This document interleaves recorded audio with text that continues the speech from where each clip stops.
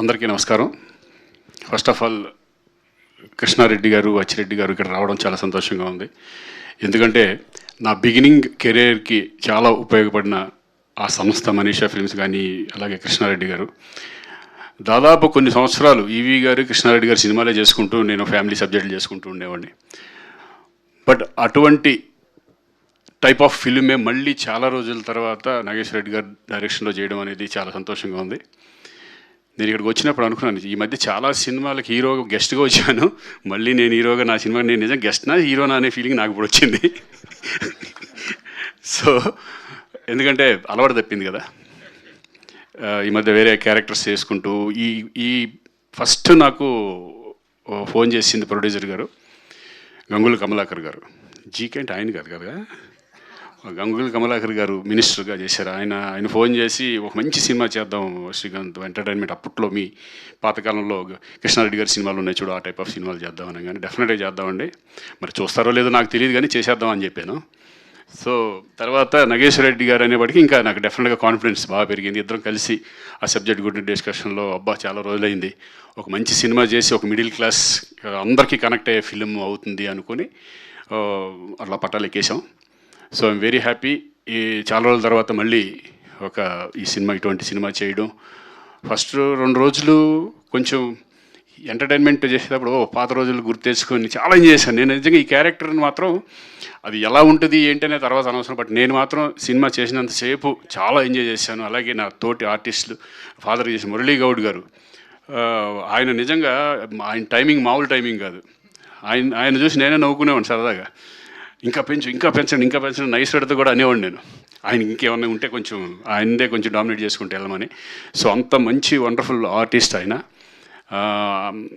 ఆయన ఫాదర్గా చేయడం, నేను కొడుకు చేయడం చాలా సంతోషంగా ఉంది. అలాగే ఈ సినిమాలు అందరూ ప్రతి ఒక్కళ్ళు, ఇటు భూపాల్ కానీ, ఇటు కరుణ నా సిస్టర్గా చేసిన ఆవిడ కానీ, చిట్టి కానీ, ఎస్పెషల్లీ లయ గారు. లయ అందరూ తెలిసింది, చాలా సినిమాలు చేసాం మేము, స్వరాభిషేకం కానీ మంచి మంచి సినిమాలు, ఎందుకంటే నేషనల్ అవార్డు వచ్చిన ఫిల్మ్ అది. చాలా వండర్ఫుల్ ఆర్ట్. ఫస్ట్ సెట్లో చాలా రోజులు అయింది నేను చూసి, లయని చూసి. సెట్లో రాగానే లయ కాదనుకుంటే ఎవరో కొత్త హీరోయిన్ లాగా ఉందనుకున్నాను నేను. ఎందుకంటే సేమ్ అలాగే ఉంది, నేనే కొంచెం బొక్కలు వేసుకుని కొంచెం లావుగా ఉన్నాను ఆ టైంలో. నిజంగా చూడగానే చాలా అప్పుడప్పుడు ఏదో రీల్స్ చూసేవాడిని కానీ లైవ్లో చూడడం అదే ఫస్ట్ టైం. చాలా వండర్ఫుల్, బ్యూటిఫుల్. మళ్ళీ ఇద్దరు కాంబినేషన్లో రావడం మాత్రం నేను చాలా ఎంజాయ్ చేశాను ఈ సినిమా. అందరూ ప్రతి ఆర్టిస్టులు కానీ, ఎస్పెషలీ అంజీ చాలా బాగా చేసావు. నీకు తెలుసు, నీ వర్క్ నాకు బాగా తెలుసు. అలాగే సాయి కార్తీక్, అంతకుముందు చాలా సినిమాలు చేసాం. చాలా హార్డ్ వర్క్, చాలా డిఫరెంట్గా చేయడానికి ట్రై చేస్తూ ఉంటారు. Very very happy. అంటే దీంట్లో ప్యాడింగ్ కూడా చాలా, ఒక పక్కన సునీల్, వెన్నెల కిషోర్ కానీ, రఘుబాబు, ఆలీ, వీళ్ళందరితో కలిసి చేయడం చాలా రోజుల తర్వాత నేను కూడా ఈ సినిమాలోనే. Very happy. సో దీని అంతటికీ కారణం ప్రొడ్యూసర్స్. చందు అంటే సిఎన్, జీకే అంటే మరి ఎవరు? జీకే వెనకాల జీకేని తెచ్చింది గంగుల కమలాకర్ గారు. ఆయన ఆశీస్సులు మెయిన్ వెనకాల ఉంది. ఆ జీకే ఉన్నారు, ఈ జీకే మరి ఆయన ఒకటే కూడా నాకు తెలియదు కానీ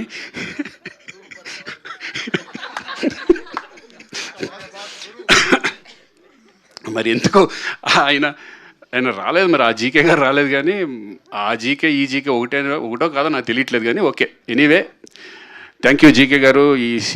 ఈ సినిమా పట్టాలు ఎక్కడానికి మీరే కారణం. ఈ సినిమా మంచి సక్సెస్ అవ్వాలని మనస్ఫూర్తిగా కోరుకుంటున్నాను. ఆల్ ద బెస్ట్ అండి. ఎందుకంటే బాగా వచ్చిన సినిమా చూసాము. ఎస్పెషల్ రాజేంద్ర ప్రసాద్ గారి గురించి మాట్లాడాలి. ఎందుకంటే ఆయన నేను కలిసి చాలా సినిమాలు చేసాం. నిన్నే ప్రేమిస్తా దగ్గర నుంచి చాలా ఫిలిమ్స్ క్షేమంగా వెళ్ళి లాభంగా రండి. మళ్ళీ ఆయన కాంబినేషన్స్తో ఈ క్యారెక్టర్ చేయడం, ఇద్దరు కాంబినేషన్ చేయడం.